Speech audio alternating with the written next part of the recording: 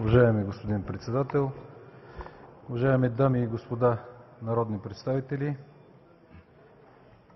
господин министър, господин Писанчев, господин Китов! Законът за МВР беше приет през юни 2014 г., обнародван на 27 юни. И редица форми, произтичащи от него, са все още в процедура на въвеждане, съобразно регламентираните срокове. Това означава, че няма как към момента да се даде пълна оценка и да се направи анализ доколко този закон е изчерпателен и създаващ оптимални условия за работа на ведомството. Каквито и да било промени на този закон сега могат да се охарактеризират само като прибързани или по-точно опит за пригаждане на системата на МВР към модел реставрация на предишния мандат на кабинета Борисов. Тази реставрация започва още с парадокса, че Цветан Цветанов е вносител на промените в Закона за МВР и член на Комисията за контрол на службите за сигурност, прилагането и използването на специални разузнавателни средства и достъпа до данните по Закона за електронните съобщения. Човек, срещу който има и заведено дело за нарушения, свързани с СРС, в качеството му на министър на вътрешните работи. Какво искате да промените в закона? Всъщност Вие нарушавате логиката за съвременен модел на национална сигурност. Връщането на ГДБОП в МВР не е просто механичен механизъм за трансформация на едно звено от една структура в друга. Със Закона за МВР беше създадена възможност в Република България да има адекватен инструмент за защита на националната сигурност в условията на новите реалности. Със сливането на ДАНС и ГДБОП се постигнаха две цели.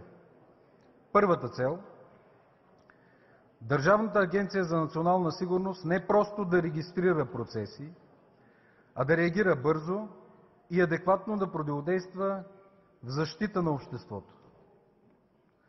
Задачи от типа на установяване и неутрализиране на структури от мрежата на Ислямска държава в Ирак и Леванта могат да се решават само с такъв модел.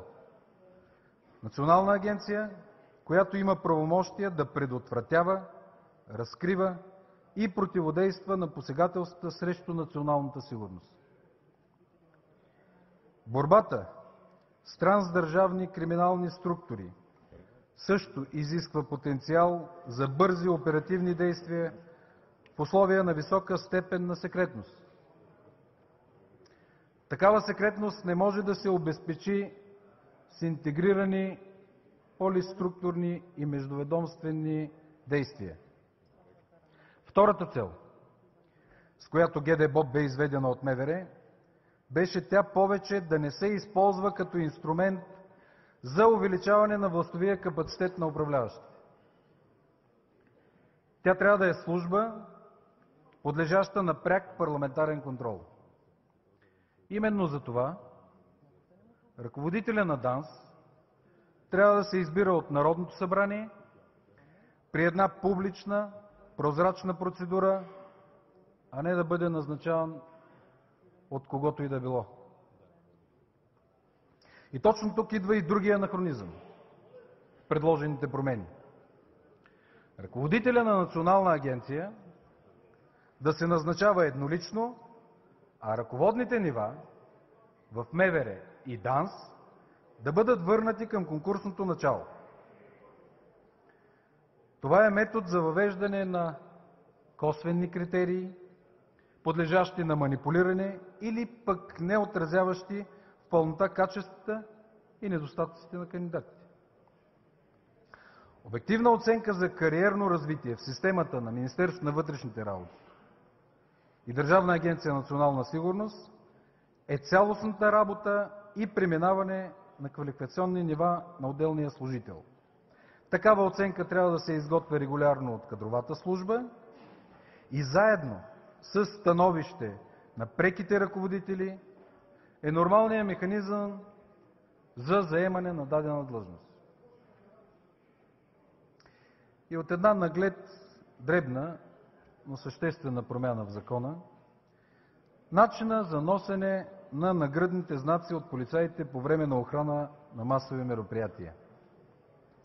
Уважаеми господа управляващи, с тази поправка Вие се опитвате да насочите общественото внимание към личната отговорност за поведението и действията на служителите по време на изпълнение на техните задължения. Отговорността на МВР обаче е по-вертикалната. При нарушаване на правата на гражданите, използване на прекомерна сила или каквото и да е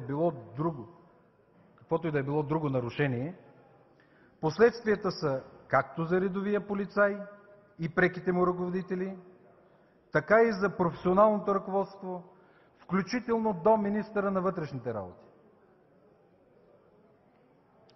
Идентификацията на редовия полицай е само малка част от прозрачността в работата на органите на МВР.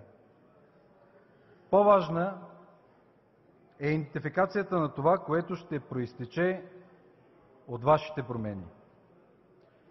И тя ще настъпи скоро. Благодаря ви.